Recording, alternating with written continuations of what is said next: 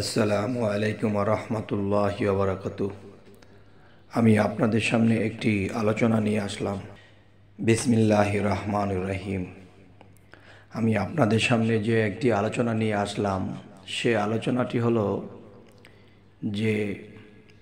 যেই নামটি আমরা জপনা করলে আমাদের জীবনের বহু আশা পূর্ণ হয়ে যাবে। তবে সেই নামটি কতবার জপনা করিতে হবে?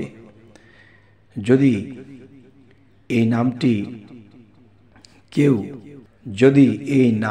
কেউ 4356 বার করিয়া 4 দিন পর্যন্ত জিকির করিতে পারে, সেই ব্যক্তির মনের সকল আশা পূর্ণ হবে। সেই নামটি আমরা সকলেই জপি, তবে সেই নামের অঙ্কটি বলা হলো।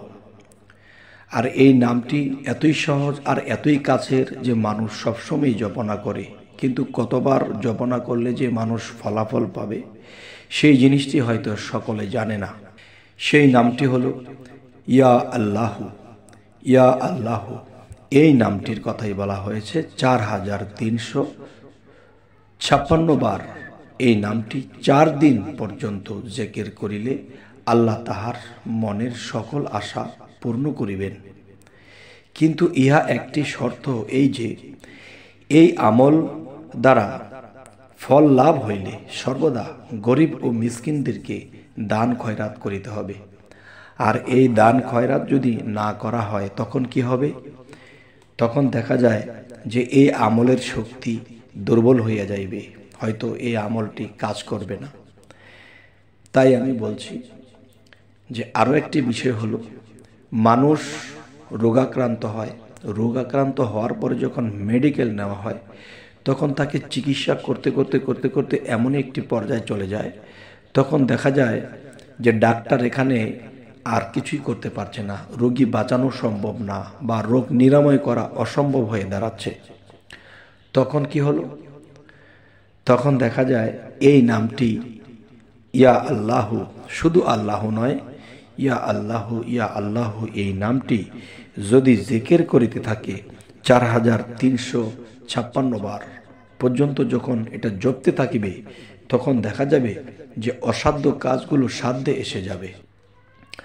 আর এই নাম এত বড় একটা ঔষধ, যদি কেউ কাজে লাগাতে পারে তার জীবন ধন্য হয়ে যাবে ইনশাআল্লাহ। এবং জুমার দিন নামাজের পূর্বে নির্জন স্থানে বসিয়া 200 বার এই নাম জিকির করিলে মনের বাসনা পূর্ণ হবে।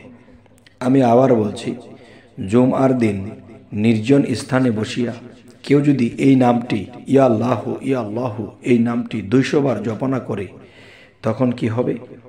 যে তার মনের বাসনা পূর্ণ হবে। হযরত রাসূল করিম সাল্লাল্লাহু আলাইহি সাল্লাম আরও বলেছেন, সকল জিকির হইতে আল্লাহ নামের জিকির সর্বোত্তম।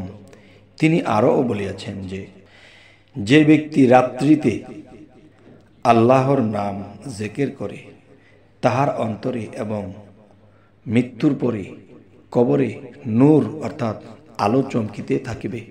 সুবহানাল্লাহ।